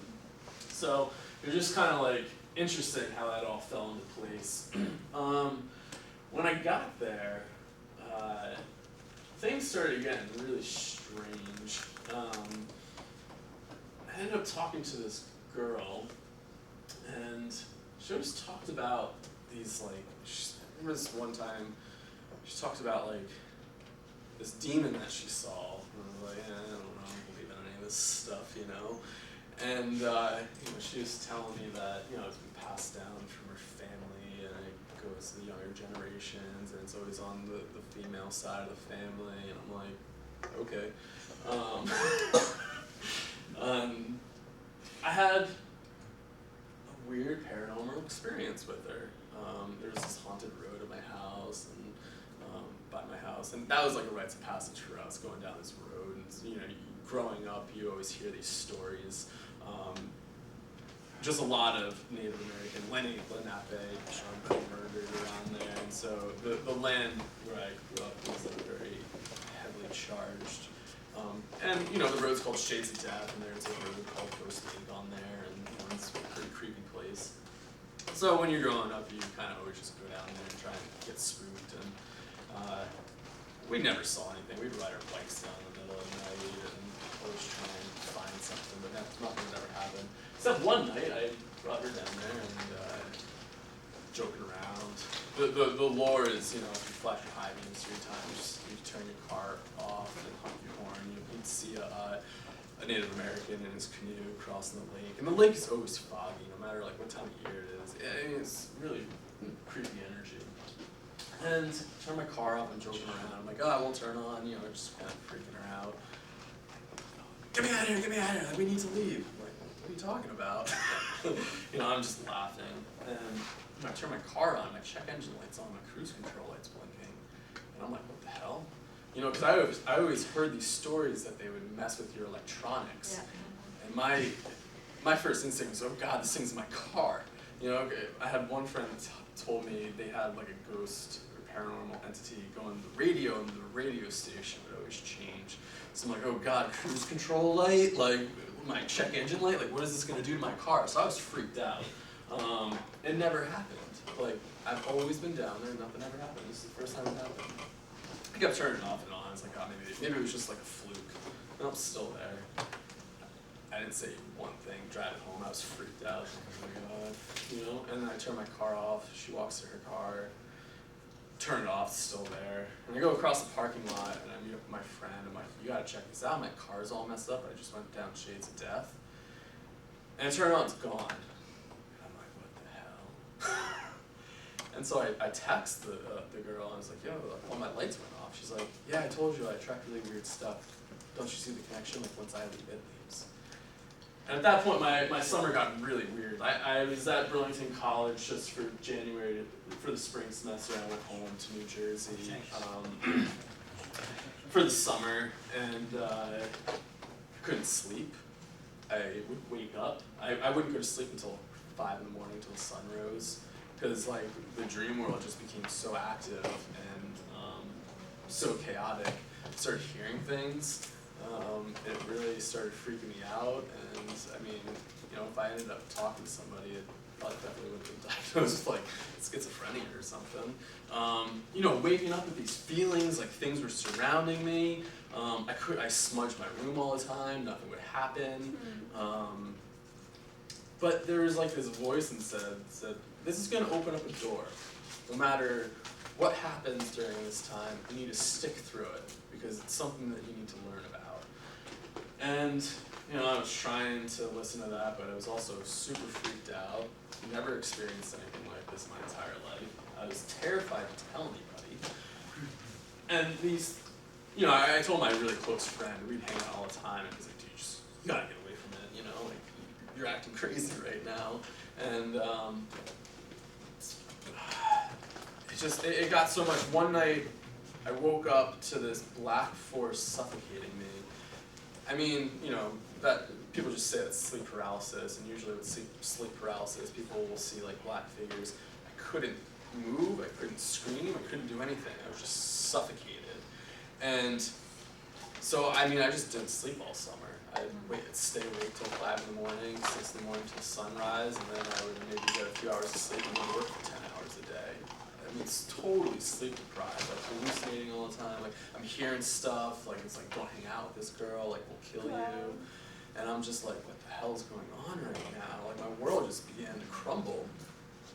And what really freaked me out was I started telling her that, hey, like something's happening, and she was just like, oh yeah, they don't like you. I was like, what are you talking about? She's like, yeah, they're talking to you, aren't they? I was like, what are you talking about? And they're like, yeah, they don't like you. They know you're trying to help me. Oh Wow. And I was just like, all right, this is weird that she knows that. Right.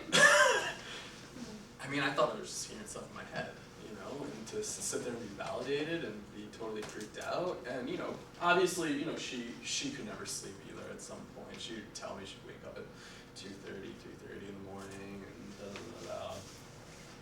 And so, yeah, trying to go back to school after that was really weird. But, you know, I took a shamanism or eco-psychology class, and that fall semester when I went back, and so I came across my teacher Michael Watson, who's a shamanic practitioner. He's got Lakota, I think Cherokee, Haudenosaunee in him, and he has European descent as well. And so, I really just started talking to him about some of this stuff. It's like, I don't know what's going on, and so I spent most of my time studying with Michael and then Lenny and Elizabeth Gibson, who did Holotropic Breathwork. So I kind of saw some of this, like, it literally felt like my world was just like, this world was trying to kill me and eat me, and like, I was just terrified. And it just opened me up to this paranormal world. And once I started doing research and started looking at different things, it's like, wait, passed down from younger generations? I mean, that's kind of like what Martine talks about in some of these indigenous cultures, of these hungry ghosts. And I'm like, wait, that's so weird that she told me that these things get passed down. And so, I guess I kind of took it as like this shamanic calling in a sense, and then especially after doing work with my teacher. And then, I did breath work and had a really intense experience with that. But yeah, sometimes I still want to make a bit. But that experience really opened me up, and it helped me understand different parts of the world. It was like, it was the door that I just kind of walked through, and I can understand that shamanic realm now a little bit more, dealing with spirits and stuff like that. So, it was a blessing, and that weird voice inside me was like, just stick with it, it needs to teach you something. So I came across holotropic breathwork, and holotropic is similar to heliotropic, which describes the way plants grow towards the light. It's a nice way to think about it. So I guess I'll talk about my first experience with breathwork. And then maybe after this, I'll talk about, there is a way that I got past some of that stuff, and I'll talk about it during like the integration part. But I just want to move along and just finish up these experiences. We have the room till 9:30. But including, Okay, so probably like half an hour chatting. Alright, so I'll try and move through this quickly. So my first breathwork experience, I didn't think anything of it. I went there and people are like, oh, have you done this before? And talking very highly of it. I'm like, I don't know, I've had like all these weird experiences. I don't think breath is really gonna do anything to me. So I got down on the mat. I think I went on the second day. Usually you pair up, you have a sitter, and the way they host workshops is a long weekend, so you do it one day, the other person does it the other day. Sometimes people do workshops and do it in a full day. So I went on the second day, so I'm watching everybody go through the process, and I'm just like, what is this stuff? People are rolling around like ground, screaming, crying, and I'm just like kind of scratching my head. So when I got up, I didn't think anything of it, and I felt like I was in the womb of my mother. I was really calm, meditative, and it was like that, like oceanic, it's bliss. BPM 1, exactly. So all of a sudden that started coming to an end. I started choking. I felt like something was wrapped around my neck. I couldn't breathe. I started gasping for air. I started like coughing, and it felt like I had the umbilical cord wrapped around my neck, and I was being birthed. And then all of a sudden I had this vision of reliving my near-death experience. I went to this other realm. I met these entities, and they were like, "Welcome back." And I was like, "Oh God, I want to be here again. Like, this is my home. Like, this is where I should be." And they gave me a message, and they said, you have to go back down and talk about this stuff. And I was like, I don't want to do that. And they said, well, too bad, you signed up for it. And I was like, I don't want to have anything to do with this. It's like, you don't understand. Like, you start talking about this stuff down on Earth, and people think you're gonna, you're crazy and maybe you're trying to start a cult. So I was like, I just sat there and cried the whole time. It's like, I don't want this responsibility, it's too heavy, just, I want to do something normal, I want to disconnect from all this crazy stuff. And I really fought, like, sometimes I don't like talking about this stuff, because it's kind of, you know, it's interesting, but, you know, people look at you funny sometimes. But that's why we have a community, right, to support. And so I woke up, and, you know, I had this, like, you know, I had an experience of, like, meeting, like, this spirit animal. I had this past life experience of, like, this wolf eating me. I was, like, this Native American, and so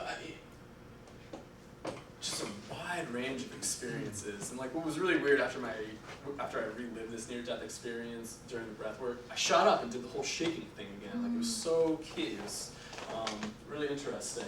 And so after that, I mean, I was so confused for the next 2 weeks. I was like, what the hell was that? How did I get so far out by breathing? I was absolutely just blown away that just breathing could, I thought I had it all figured out. I was like, I had this near-death experience, I had this like really powerful psychedelic experience, like, I'm good. And then I came to this breathwork thing, and it was more powerful in a sense than both of those things combined. And so, you know, I had this message, and I didn't really know what to do with it. I was kind of scared. I had a lot of questions. So, you know, what do you do with, so I guess, sorry, we'll probably like chew through things really quickly. So, you know, I was left, you know, what do you do with all these experiences? How do you make meaning out of them? How do you move them forward in your life? And then it comes down to like, what's your belief system? You know, to me, this stuff's pretty normal. To other people, not so much. And you know, what are some good integration techniques? You know, this is all stuff I was thinking about. Like, I don't really know what to do with all this. And kind of after having that experience, it was like, you need to go down and, you know, teach this stuff and talk about it. Like, oh God, I don't know. So my capstone project came up, and I said, you know what? I'm going to start teaching this stuff. I just had an awesome advisor, and I pitched the idea. I was like, I want to get breathwork back into the curriculum because it was falling apart due to federal funding that they were getting rid of the 1 credit. So I guess financial aid stuff, you couldn't take a 1 credit workshop anymore. They only were doing 3 credits. And so the Holotropic Breathwork was a 1 credit weekend workshop. So I was like, well, these people are assets to the school. Like, you can't just like get rid of that for a weekend. So I was like, well, how do I create a 3 credit program and keep Holotropic Breathwork connected to the transpersonal psychology program? And they weren't talking about stand too much. They kind of moved from transpersonal to integral, so they were talking a lot about Ken Wilber's stuff. And so I ended up creating this class, and you know, it ended up, I created like, you know, the syllabus, all the research behind it, what we wanted to talk about.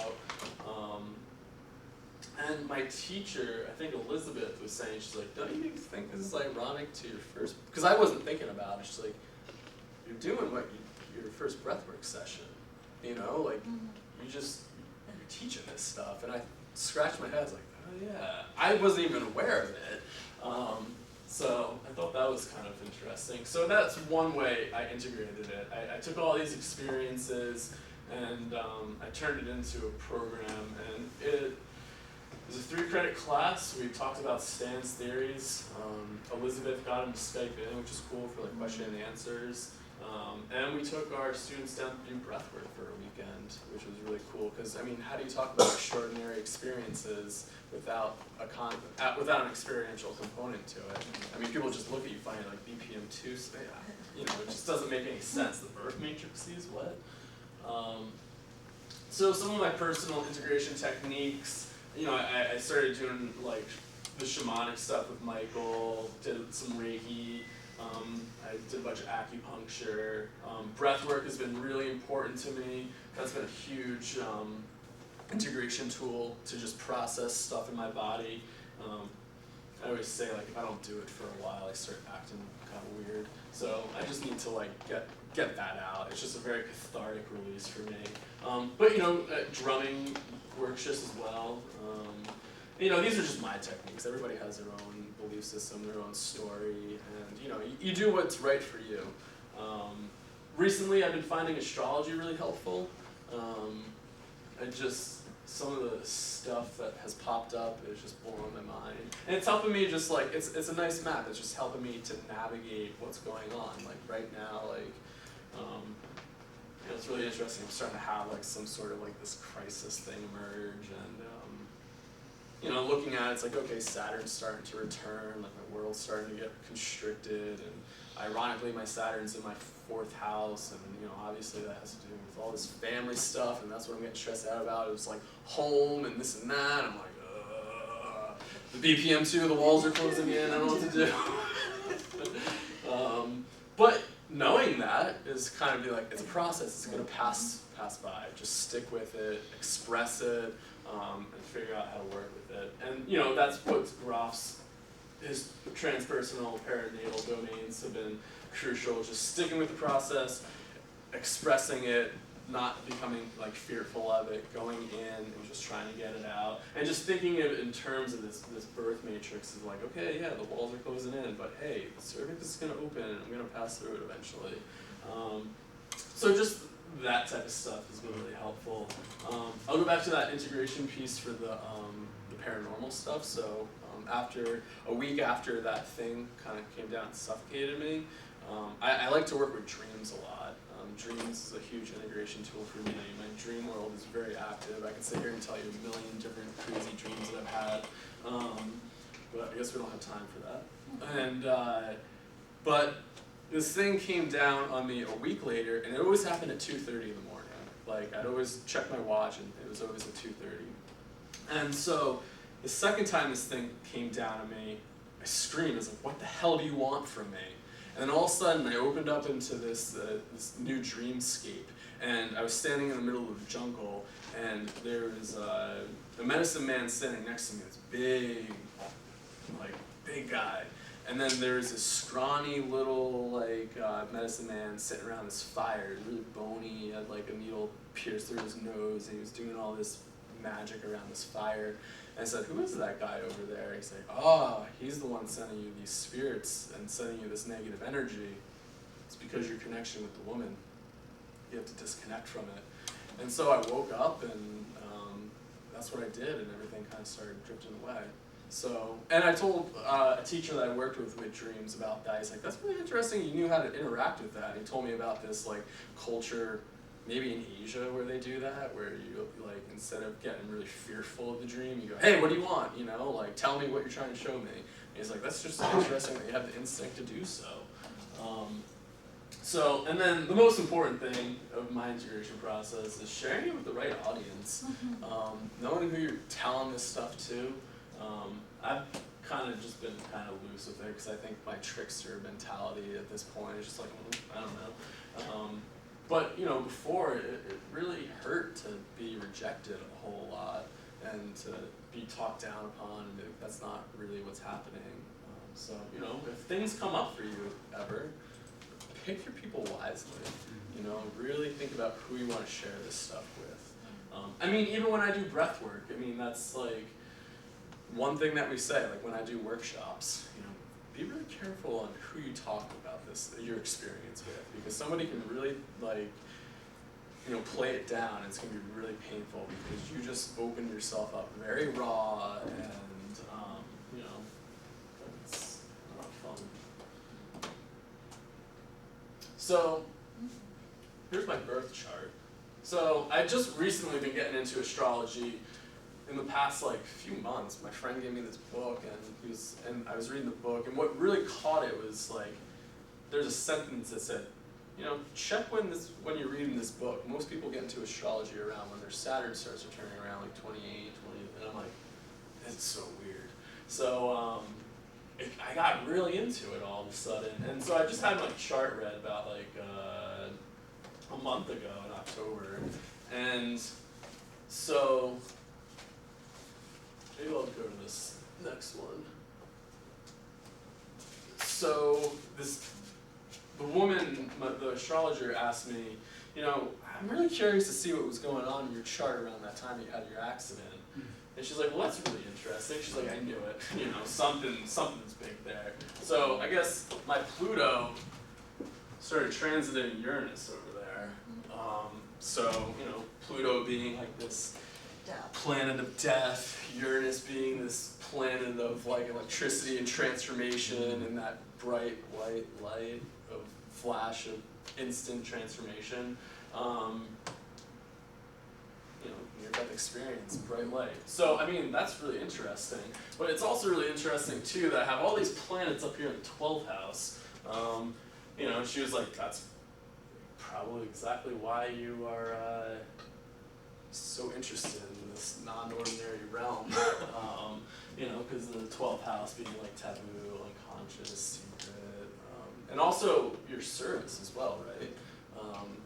Is it? Everybody familiar with astrology? I don't know. I'm still learning. Houses. Not the Yeah, houses. Rick doesn't do the houses. Oh, okay. You know a little bit? No.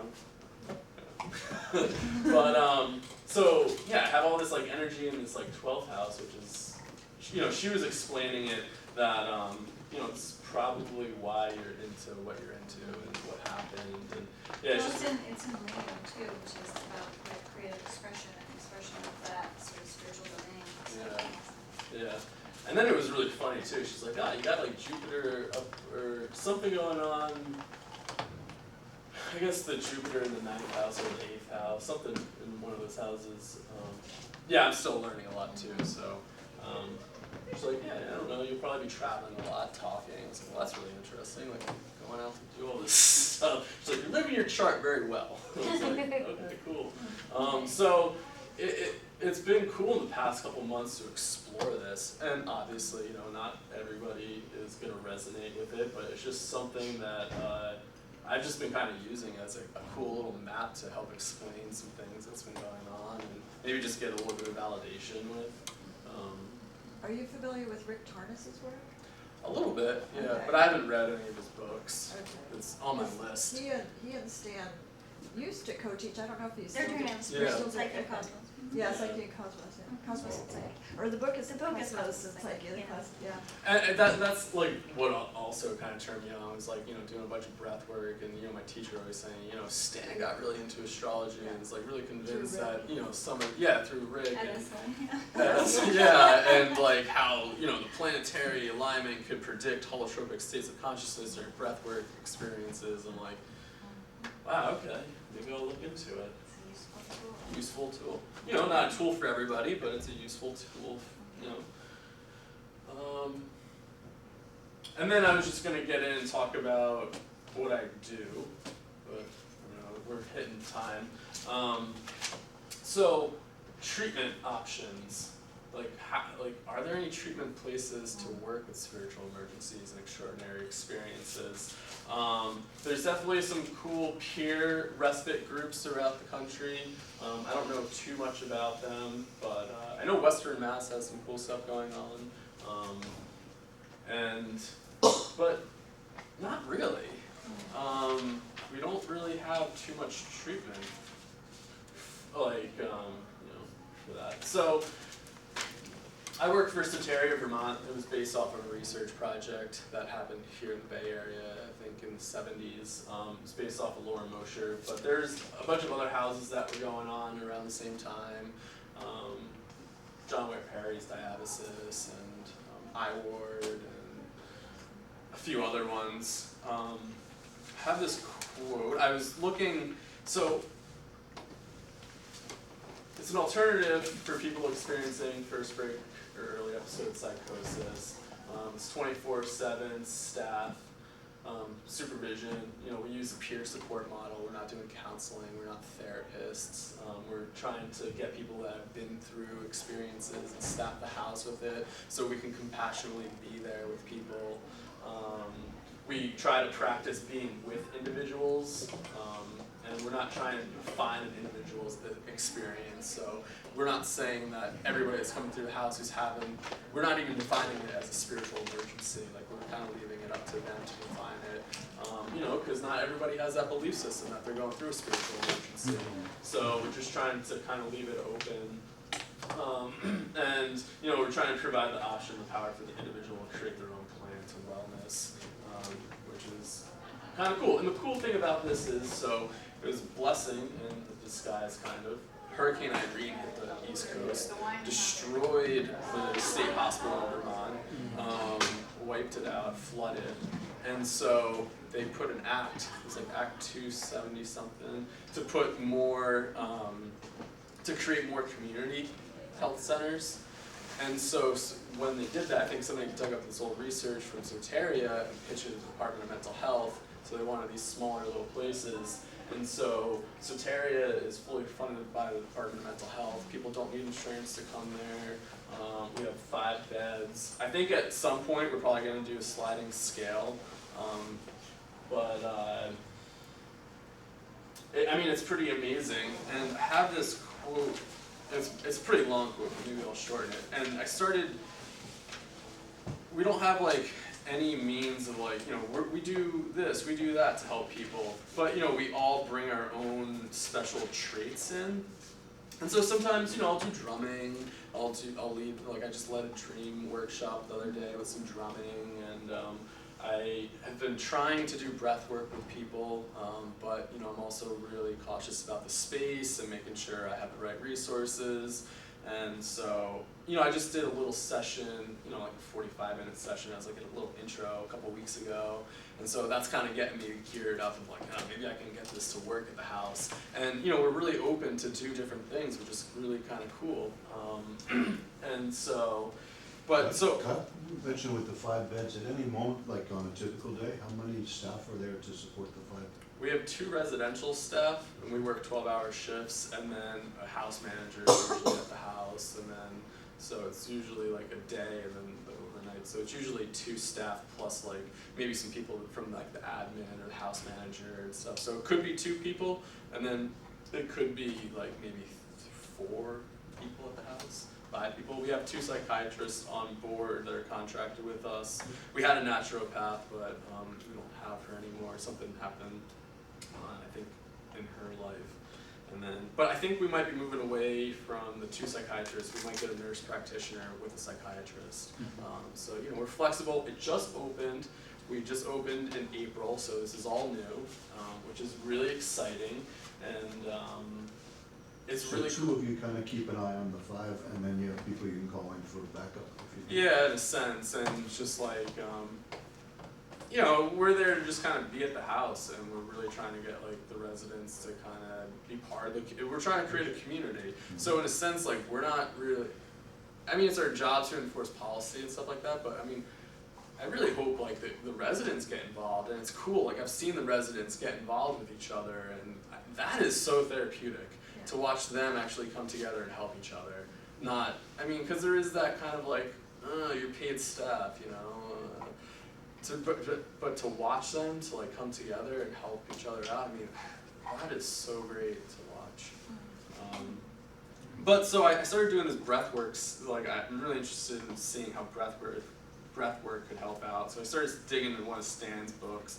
And, you know, he talked about, you know, it depends on the intensity of the experience. Some people that have mild spiritual crisis, you know, that can function every day. You know, you can just maybe direct them to a therapist, maybe get them to read books, and something that's able to work with. Not everybody's going to be really deep into a really intense process.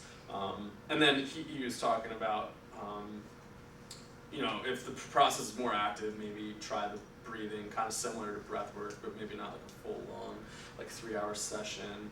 And then, so I'm just gonna read this real quick, because it kind of just like, when I read this, like, oh man, it's perfect. He said, you know, a variety of auxiliary techniques can also prove extremely useful under these circumstances, among them writing a log, painting mandalas, expressive dancing, jogging, swimming, other activities, sport activities. If a client is able to concentrate on reading transpersonally oriented books, particularly those focusing on the problem, the psycho-spiritual crisis, or some specific aspect of the client's inner experience, can be extremely helpful. People whose experiences are so intense and dramatic that they cannot be handled on an outpatient basis represents a serious problem. Particularly, no facilities exist which offer supervision 24 hours a day without the use of routine suppressive psychopharmacological intervention. Several experimental facilities of this kind that existed in the past in California, such as John Ware Perry's Diabasis in San Francisco, Pocket Ranch, and a few others.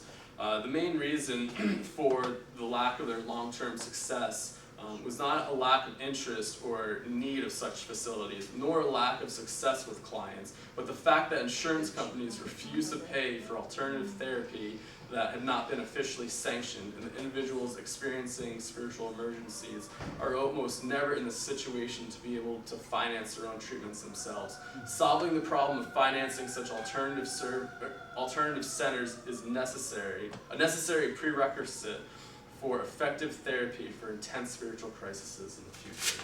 And so, I mean, it's kind of cool that Soteria is up and running, it's funded, and it's a resource in Vermont.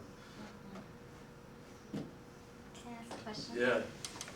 So, I mean, with Soteria, you mentioned that you don't frame it with people necessarily as spiritual emergency because people have different ideas of what's happening with them and don't want to impose a framework.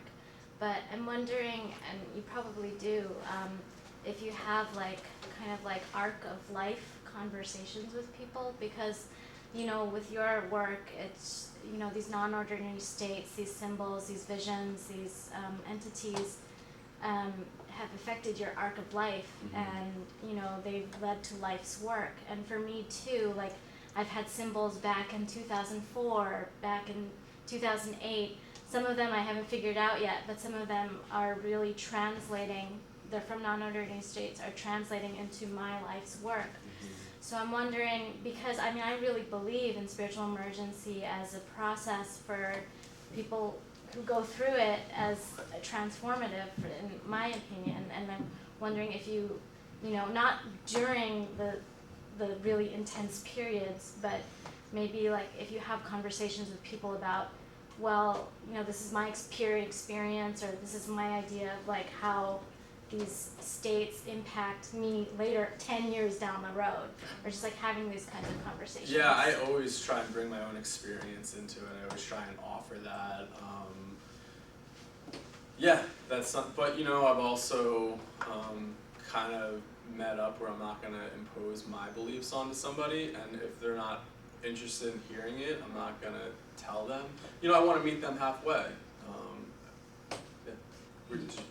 Well, I just had an intuition while you two were just talking. It was almost like, with all the experiences that you had, it seems like that's a valid, amount of stuff to make a form out of, you've somehow found. It's interesting that you found this form. So how would you take your experience in all these different stages and this wide spectrum of experiences you had, which all validate each other in a certain way, and stand on that foundation for the business plan for what this center that you're experiencing now? See, because I see you're talking to people as being, if I were to say pragmatic, in a good way, for healing centers, that you have experience, empirical experience, that you see a center working. You could be a good proponent and advocate for this type of service around the country. That would be very interesting to me. If I could see you doing that. Yeah. Because you could always pull a story out of the bag when you need it, but to really look at what your experience taught you about structuring this thing in a better way, even because the shamanic thing is, you have the wound to bring something back to the community. That's the whole deal. Yeah. You said you had all those questions about integration, and those are the questions that are asked. But the idea is, well, how do you put it into form? Like any artist, Yeah. how do you make this an art form in the world? I think that you would be an excellent, I don't think you've done that yet, but I think that would be I exciting. haven't, like, you know, It'd because be I'm very still exciting. working on Yeah, it. we And, really- I mean, when Soteria opened up, or You'd be the person to I do got it. the, they were opening, Yeah. I quit, I was working my other job, I was like a shift supervisor of this residential home, and I was Yeah. like, nope, this is what I wanna do, and I just quit, and I was like, this is what I have to do. Maybe you would qualify. And, you know, I mean, it's been interesting, I've been trying to bring some form and do different things, but, you know, it's a growing program, and we opened up in April, so I mean, we're Yeah, still so trying we're to work, seeing how it- we're seeing what works, we're seeing what doesn't work, we're getting the kinks all figured out, and so, I mean, You know, yeah, I like- try to bring some of that form in, I try and educate the, people that are working there, and, you know, you can't force it upon No, people, because. I'm just saying reflect yourself, because Yeah. you have all the experience, and it would Mhm. be very interesting to see what you come up with if you really started going deep into, okay, from my experience, what form holds this best, you know, and you have one that was, you know, you were guided to, as Yeah. a starting point, that's all I'm saying. You Yeah. have a great start, you have good experience, you might be the person to bring some form to mental health.